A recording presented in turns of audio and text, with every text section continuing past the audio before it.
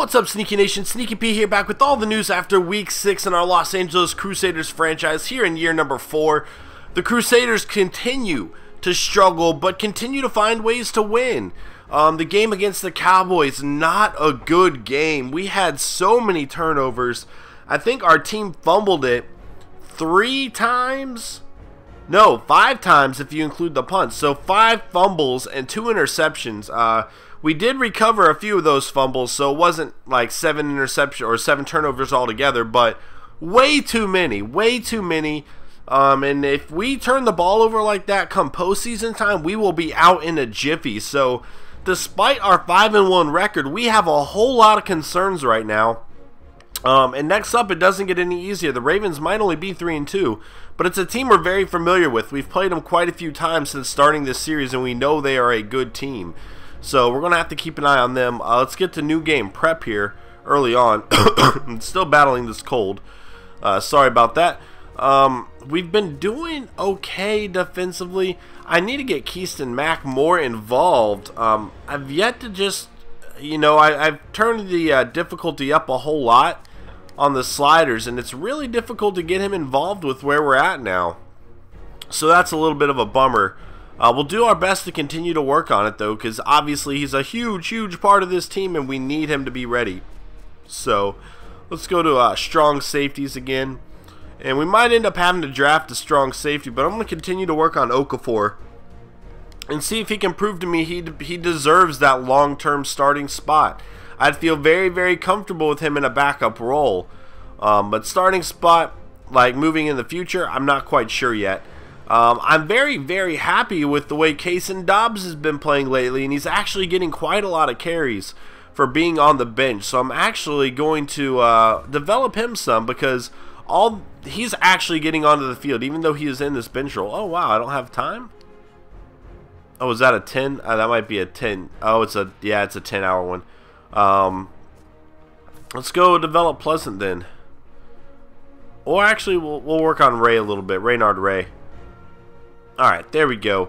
But yeah, Dobbs is actually getting quite a bit of time, which I'm very excited about. So we have that. News. See if there's any new draft stories here. Charlie Florence looks like college football's best tight end lately. He's had a touchdown reception in each of the last 4 games. That could definitely be a position that I could use. We've seen the rest. Alright guys, here it is. We're going to make a trade today. It is time to trade Tremaine Small. Now, he really hasn't played as well as his rating looks, as his development trait looks, as everything else. He's very young, but Derek Carr has definitely outplayed him. And to be honest, coming into this season, I was expecting Tremaine Small to take over the starting role. I'm not going to lie. That's why I put so much time in developing him last year. But he really has not played well, even in his given opportunities. He's making bad throws, bad passes. And it's time to try to get somebody else. So I've already gone through, I've already looked at all the potential trades. And it's really weird that the Ravens are offering me there first. They already have Joe Flacco. Granted, Flacco's getting up there in age. But they also have Brian Vasquez, a guy rated just as well as Tremaine Small. Very interesting that they are trying to get a third quarterback rated high 80s. But anyway, going across the board, I've looked at all the trades. Man. And the best trade that we have is a risk. The best trade offered to us is going to be the Kansas City Chiefs first-round pick. Out of all the trades that we've been offered, they have the worst record for a first-round pick. This is a team in our division, guys. We trade Tremaine Small to the Chiefs, and it could come back to haunt us. It depends how much faith we have in Tremaine Small, It's a very difficult decision here. I think we should do it, though. I do. I think this is the trade we're going to make. I think it'll be fun for the series, to be honest.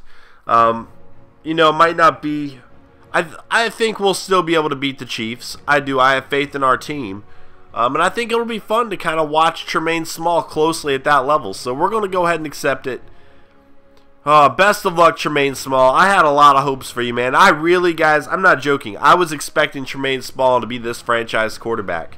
and he just hasn't stepped up. I've tried giving him opportunities, and it hasn't worked out at all. So we're going to see if he has better chemistry with his new teammates in Kansas City. Again, this is a team we're going to see quite a bit of. So a very, very risky move there. And there you see him in his new jersey. Oh, man. So that's going to give us 3 first-round picks here, which 2 of them are right now are rated in the top 10. Granted, Tremaine Small can turn that Chiefs record around quickly. Our division is very tough. That's one reason I made that trade, is because despite the Chiefs' poor record now, I think our division's good enough that we'll still find ways to get victories. Only 58 points scored for the Titans here. Wow. But yeah, so the Titans and Bills didn't offer us a first-round pick. The Bills didn't.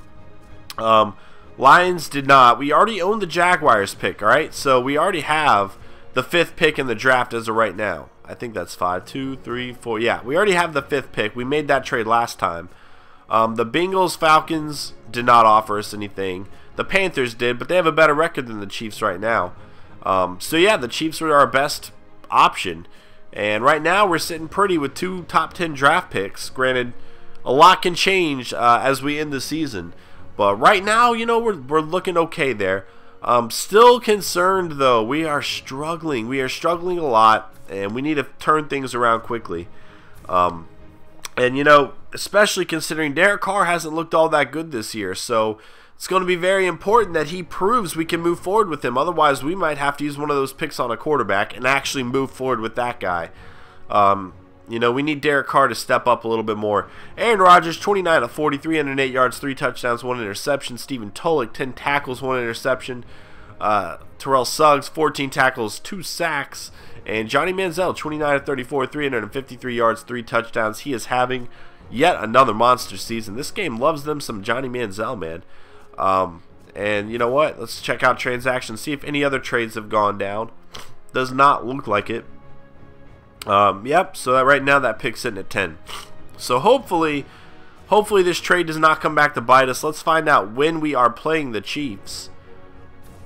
Team schedule. And we have yet to play them so far this year. So we have 2 games coming up against them.